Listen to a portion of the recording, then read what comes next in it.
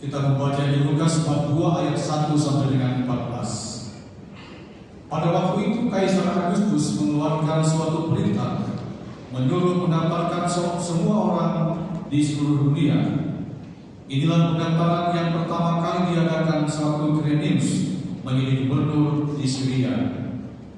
Karena itu pergilah semua orang mendaftarkan diri masing-masing di kotanya sendiri.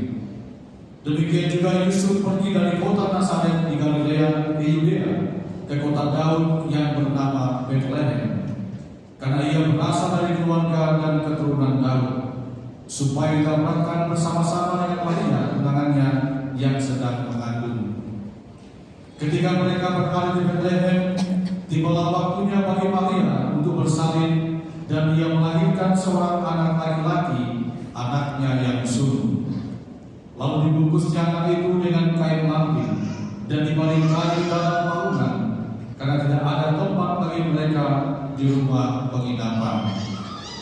Di daerah itu ada gembala-gembala yang tinggal di padang menjadi kawanan ternak mereka pada waktu malam. Lalu berdirilah seorang malaikat Tuhan di dekat mereka, dan kemuliaan Tuhan bersinar meliputi mereka, sehingga mereka sangat ketakutan. Kata malaikat itu kepada mereka, "Jangan takut, sebab sesungguhnya aku memberitakan kepadamu kesukaran besar untuk seluruh bangsa. Hari ini telah lahir bagimu juru selamat, yaitu Kristus Tuhan di kota Daud. Inilah tandanya bagimu, kamu akan menjumpai seorang bayi dibungkus dengan kain lampin dan terbaring di dalam palungan." Tiba-tiba tampaklah bersama-sama dengan malaikat itu sejumlah besar bala tentara surga yang memuji Allah, katanya, "Kemuliaan bagi Allah di tempat yang maha tinggi, dan damai sejahtera di bumi di antara manusia yang berkenan kepadanya." Demikianlah sabda Tuhan.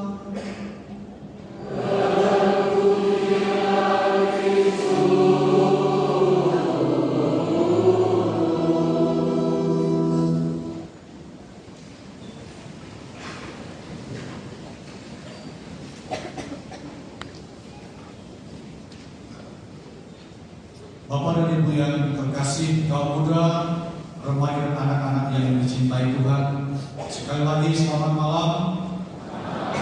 Salam semuanya.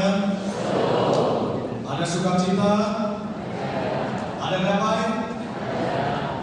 kurang semangat. Ada damai? Mengapa ada damai hari ini? Mengapa ada sukacita? Karena Yesus telah lahir di kota Bethlehem. Coba kita mengambil waktu sejenak mengarahkan pandangan kita di kandang Natal di depan kita ini, dalam suasana yang hening dalam hati kita masing-masing, sambil merenungkan apa sih yang istimewa dari kandang hari ini.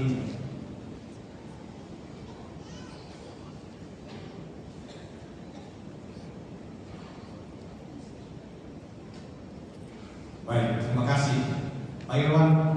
Kira-kira dari permenungan Anda, apa sih yang Anda bisa renungkan dari kandang atau kalian di kandang Bethlehem pada malam hari di gereja Kulit? Satu kata saja, sukacita. Oke, dokter, karena satu kata saja, kesederhanaan. Ibu Petra, apa yang bisa Anda ungkapkan dari apa yang Anda lihat dari kandang ini? Ini nggak ada kandang ya? Ini sudah alami ya? Baik, satu kata, budaya. kemiskinan, ya. Yang lama-lama mikirnya, ya. Kalau melihat anak ini pasti dua hal: kesederhanaan, kemiskinan, dan juga ada sukacita, ada damai sejahtera. Kenapa? Mengapa kau dalam kesederhanaan itu, dalam kemiskinan itu ada sukacita, ada damai sejahtera? Mengapa kira-kira? Karena Yesus rela dan mau lahir di dalam kemiskinan. Semiskin-miskin orang zaman dewasa ini, pernah kita dengar ada orang yang lahir di kandang binatang? Pernah dengar nggak? Sekurang biasa udah hampir 46 tahun belum pernah dengar ada ibu-ibu yang melahirkan di kandang domba, kandang sapi, kandang kambing. Ya. Tetapi lihat, Bapak Ibu yang terkasih, Yesus yang adalah putra Allah, yang adalah anak yang sangat dicintai dan dikasihi oleh Tuhan, dia mau lahir di dalam kemiskinan, kesederhanaannya di kandang bebek. Kenapa? Karena Tuhan mau mengosongkan dirinya, merendahkan dirinya di hadapan manusia, di hadapan orang-orang berdosa. Ya, karena dia tahu persis tentang misinya datang ke dunia ini adalah ingin mengangkat kemiskinan manusia, ingin solider juga dengan kemiskinan manusia. Dan juga dia ingin mengangkat orang-orang kecil, orang-orang yang sederhana, orang-orang yang tak terpandang pada masa itu, ya, bahwa mereka juga adalah orang-orang yang dikasihi dan dicintai oleh Tuhan. Itulah pesan utama yang mau diungkapkan, ya. Mengapa Yesus mau dan rela lahir di kandang yang sedemikian sederhana. Bahkan dia telah lahir hanya dibungkus dengan kain lapin dan dibaringkan di palungan. Tahu dia palungan itu apa? Apa itu palungan? Kita tahu bersama. Palungan itu tempat makanan binatang. Ya, tempat makanan itu domba-domba itu. Yang disitulah Yesus setelah lahir dalam kedinginan, dalam kesedihan, dalam keheningan, dia mau lahir di dalam kesederhanaan dan kemiskinan itu. Bahkan dia hanya dibalikkan di palungan atau makanan binatang, makanan binatang. Bapak Ibu yang terkasih, tentu jelas bahwa kehadiran Yesus ini sekali lagi ingin menegaskan kepada kita, meskipun dia adalah putra Allah, meskipun dia adalah Allah yang menjelma menjadi manusia, yang menjadi daging, dan karena itu dia mau solider sekali lagi, supaya orang-orang miskin, orang-orang sederhana itu juga mendapatkan kasih, karunia, dan cinta dari Tuhan. Jadi nggak ada bedanya, orang kaya orang miskin di hadapan Tuhan harusnya sama. Yang dia mau sampaikan. Nah, oleh karena itu Bapak Ibu yang terkasih, tentu kelahiran Yesus ini juga sungguh-sungguh membawa damai, membawa sukacita, membawa kegembiraan karena putra Allah sungguh-sungguh telah mau lahir di tengah-tengah dunia ini dengan mengosongkan dirinya. Maka tema kita hari ini yang sungguh-sungguh mau diangkat dan kita renungkan adalah bagaimana kehadiran Kristus ini sungguh-sungguh membawa damai, keselamatan, dan sukacita. Sesuai dengan tema juga, tema Natal, KWI dan PGI. Siapa yang ingat? Tema Natal, Bu Krista. Apa itu? Marilah kita mana? Begini kan? Marilah kita sekarang pergi ke Bethlehem. Ya, itu kata-kata siapa? Itu para gembala-gembala ini. Ya, karena mereka bersukacita mendapatkan kabar dari malaikat yang pada awalnya mereka sangat ketakutan ketika mereka mendengar bahwa Sang Juru Selamat telah lahir di kandang Bethlehem. Mereka sungguh-sungguh mengalami sukacita, kegembiraan. Maka mereka bersama-sama marilah kita pergi ke Bethlehem untuk menyaksikan menyaksikan apa benar yang dikatakan oleh malaikat itu kepada mereka. Dan karena mereka percaya akan apa yang disampaikan oleh para malaikat itu, mereka menemukan Yesus yang terbaik, yang lahir di kandang Betlehem itu. Mereka sungguh-sungguh bersuka cita, Bapak Ibu yang terkasih, karena para gembala rumah ini adalah orang-orang yang hidupnya hanya di tempat-tempat pergembalaan domba-domba itu. Mereka adalah orang-orang yang tak terpandang, orang-orang yang dianggap marga kelas dua dalam kehidupan bangsa Israel pada saat itu, karena kemiskinan, karena mereka adalah gembala-gembala ternak itu. Tetapi yang menyaksikan utama kelahiran Yesus adalah justru orang-orang yang kecil itu. Luar biasa ya, buat dunia rencana. Itu tuh dia bisa pilih. Kalau dia mau lahir di misalnya di lingkungan istana, dia bisa saja karena dia cuma anak, tapi dia disuruh pilih di tempat yang sedemikian miskin itu. Dan orang-orang yang menemukan dia, orang-orang yang kecil itu juga. Jadi apa pesannya buat kita? Lagi bahwa meskipun kita ini adalah orang-orang yang kecil di hadapan kita, meskipun kita adalah orang-orang yang kita terpandang dalam kehidupan masyarakat, tetapi jangan lupa bahwa Tuhan mengasihi dan mencintai kita. Tuhan tak pernah meninggalkan kita, meskipun kadang-kadang kita dipandang sebelah mata dalam kehidupan kita. Jelas Bapak Ibu yang terkasih, bahwa pesan Natal hari ini sungguh-sungguh membawa semangat baru, membawa hidup baru bagi setiap manusia, dan tentunya kita sekalian yang merayakan menjadi Natal pada malam hari ini. Oleh karena itu, dalam bacaan yang pertama dikatakan tadi seorang putra sudah diberikan kepada kita. Siapa itu? Yesus. Yang sudah dibuatkan sejak zaman perjanjian lama.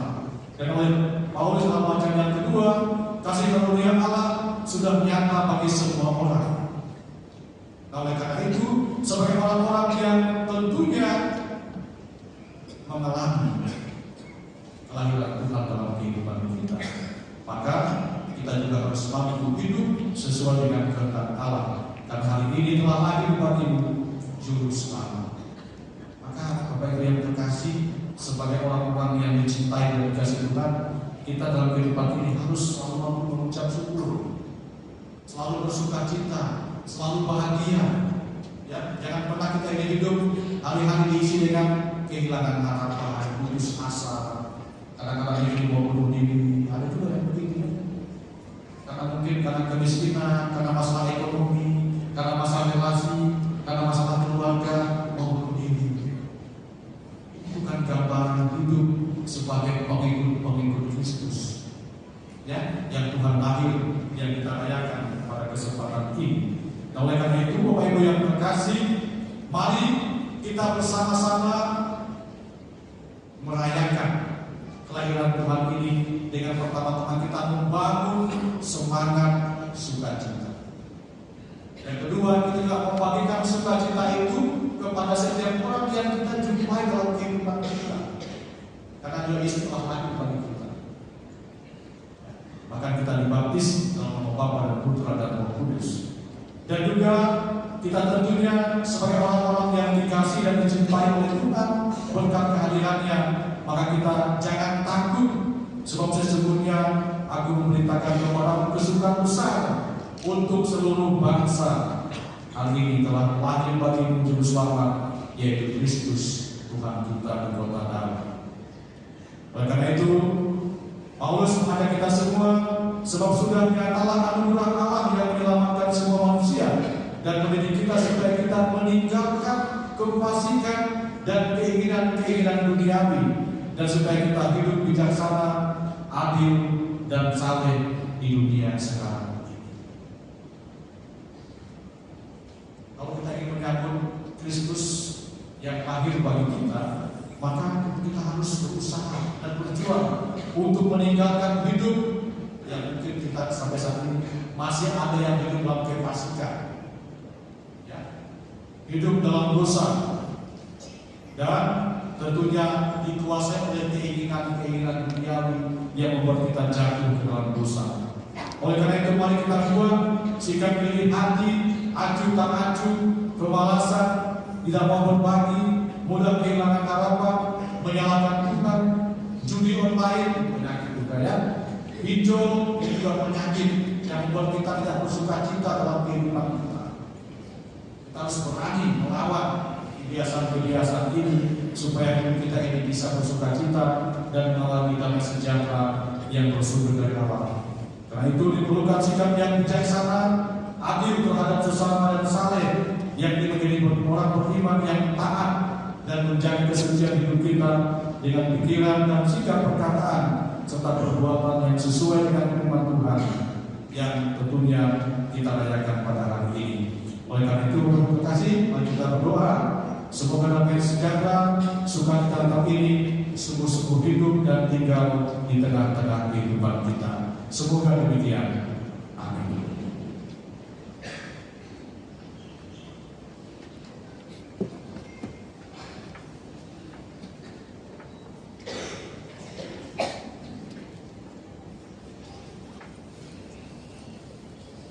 Kita pakai bukti kita menyatakan iman kepercayaan. Aku percaya akan Allah.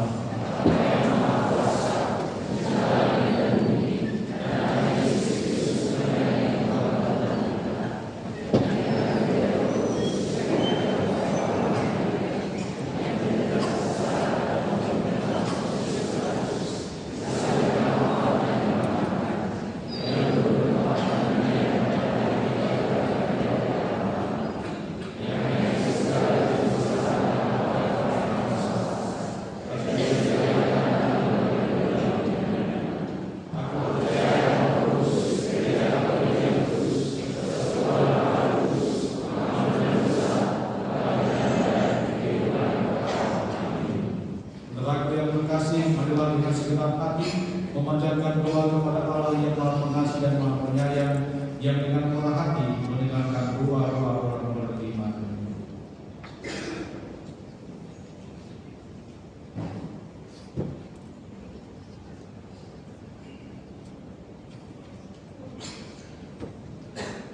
Yesus yang manis, kami ayah dan ibu, seluruh Bunda Maria dan Bapak Yesus, bersama seluruh keluarga kami, sangat bergembira atas kedatangan-Mu, karena kami semua percaya dan berharap padamu Yesus.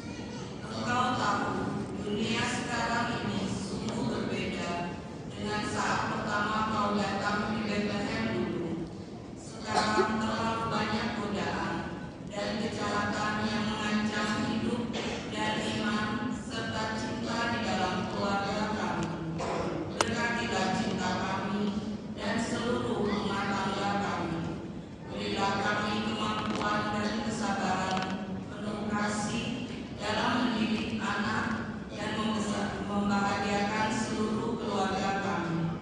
Jauhkan Maria Yesus, keluarga kami dari segala penyakit dan mara bahaya di masa modern ini, dan berkatilah usaha kami agar cukup rezeki bagi seluruh keluarga kami. Terima kasih Yesus atas kedatangan-Mu, dan jangan tinggalkan keluarga kami. Marilah kita mohon. Sahabat kami, bagi Yesus yang manis, malam ini kami sangat bahagia karena hadir dan ikut merayakan hari ulang tahun ini. Kami bangga kami boleh menjadi teman-teman bagi sahabat Yesus. Dunia sekarang penuh dengan banyak sekali kesusahan dan penderitaan juga bagi kita anak-anak. Jadi kami mohon sahabat Yesus yang manis, pertama berkatilah orang tua kami, supaya mereka selalu saling mencintai dan terus mencintai kami. Terangilah jalan kami sahabat Yesus saat kami belajar mencari ilmu yang benar, agar selalu berhasil demi masa depan kami. Kuatkanlah kami saat ada godaan yang menjerumuskan kami menuju yang sesat membinasakan.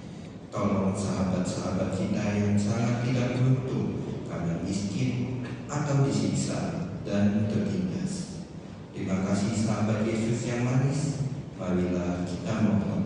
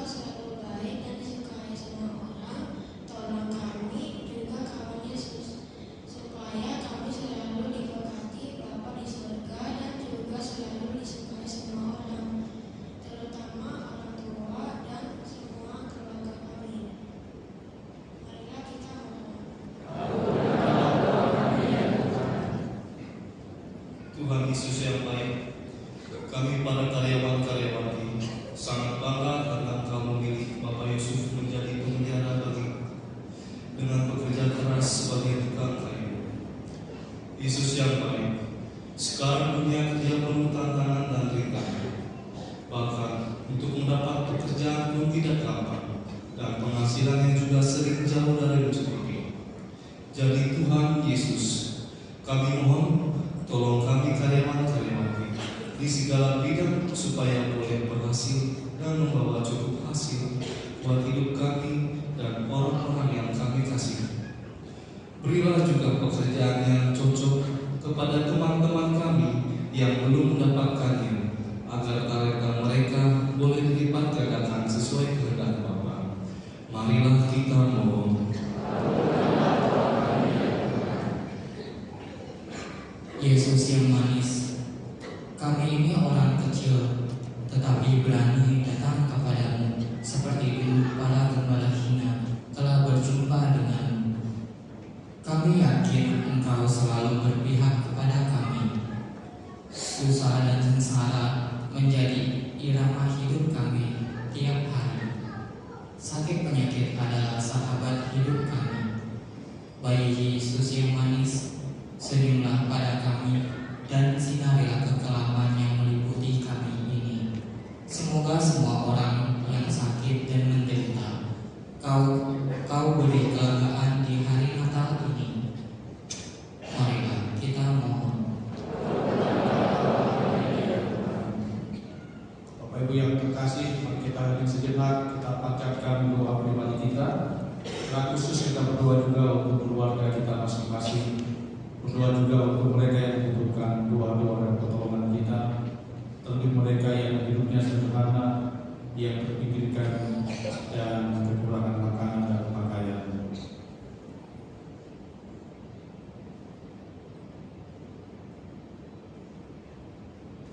Marilah kita mohon. Terima kasih Yesus, kami semua hanya bersandar pada-Mu dan Engkau sudah terus selamatkan. Semoga semua keputusan hati tadi maupun wujud dan kerinduan tiap-tiap kami umat-Mu Kau dengarkan dan Kau kabulkan, dan Kau sungguh juru selamat kami sepanjang segala masa. Amin. Kita lanjutkan dengan liturgi Ekaristi bagian persiapan.